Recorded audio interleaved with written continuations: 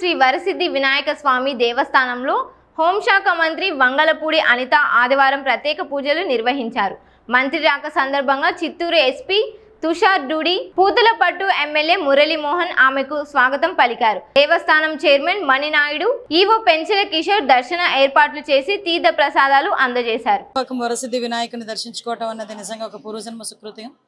ఈ రోజు ఈ కార్యక్రమానికి, ముఖ్యంగా ఈ రోజు దర్శన కార్యక్రమానికి నేను కుటుంబ సమేతంగా ఇక్కడికి రావడం జరిగింది.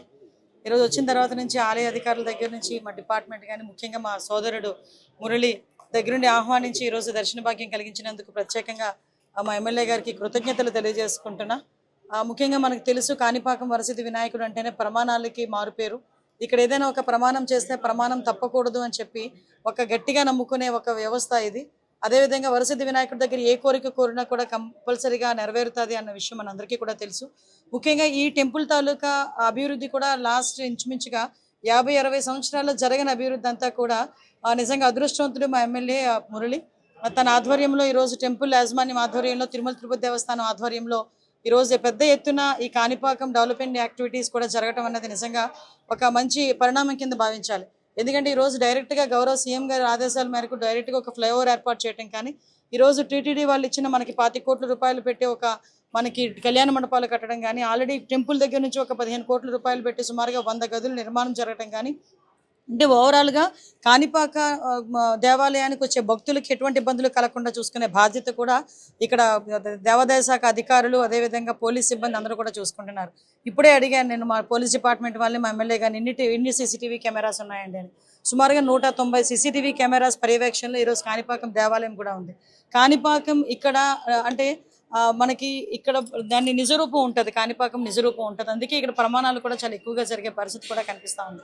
ఈ టెంపుల్ని అభివృద్ధి చేసుకోవాల్సిన బాధ్యత మనందరి మీద ఉంది. గౌరవ సీఎం గారు కూడా ప్రత్యేకంగా దృష్టి పెట్టి ఈ టెంపుల్కి వచ్చే భక్తులు కూడా ఎక్కడ ఇబ్బంది పడకుండా చూసుకునే బాధ్యతతో పాటు భద్రతా ఏర్పాట్లు కూడా అంతే కట్టుదిట్టంగా చేయడం జరిగింది. ఈరోజు కాణిపాకం దేవాలయంలో సీసీటీవీ కెమెరా పర్యవేక్షణ కాకుండా వాటిని ఏఐ కన్వర్షన్ చేసి ఎవరైనా దొంగలు కానీ అటువంటి వాళ్ళు ఎవరైనా కనుక ఇటు లోపలికి వచ్చినా కూడా ఈజీగా ఐడెంటిఫై చేసేటట్టు కానీ, ఎవరైనా ఎటువంటి ఇబ్బంది పెట్టేటట్టు ఉన్నా కూడా ఈజీగా ఐడెంటిఫై చేసేదానికి కానీ ఒక ప్రత్యేకమైన ప్రణాళికతో ఏఐ కన్వర్షన్ కూడా చేస్తున్నారు. ఓవరాల్గా వరసిద్ధి వినాయకుని తాలూకా అనుగ్రహం రాష్ట్ర ప్రజలందరి మీద కూడా మనస్ఫూర్తిగా ఉండాలని నేను మనస్ఫూర్తిగా కోరుకుంటూ సెలవు తీసుకుంటున్నాను. కఠినంగా ఉంది అని చెప్పడానికి చాలా ఉదాహరణ చెప్పొచ్చు. ఈ రోజు ఇంతకు ముందు చిత్తూరు జిల్లా ఎలా ఉండేది, ఇప్పుడు చిత్తూరు జిల్లా ఎలా ఉందో మీరు కూడా గమనించుకోండి. ఎస్పీ గారు ఆధ్వర్యంలో ఈరోజు చిత్తూరు జిల్లాలో ఎక్కడైనా ఎటువంటి ఇన్సిడెంట్స్ జరిగినా ఇమీడియట్గా 24 గంటల్లో, ఒక చిత్తూరు జిల్లాలోనే కాదు రాష్ట్రం మొత్తం మీద మహిళల మీద ఎటువంటి అఘాయిత్యాలు జరిగినా కూడా వితిన్ 24 నుంచి 48 గంటల్లో నిందితులను పట్టుకుంటున్నాము. పట్టుకోవడం ఒకటి మా బాధ్యత కాదు, పట్టుకున్న తర్వాత ఆ నేరస్తుడికి తగిన శిక్ష విధించాలి అన్నది కూడా మా తాలూకా మెయిన్ ఎజెండా. దాని మీదనే ఈరోజు ఫోరెన్సిక్ని మేము అందరం కూడా ఎక్కువ బలోపేతం చేయడం జరిగింది.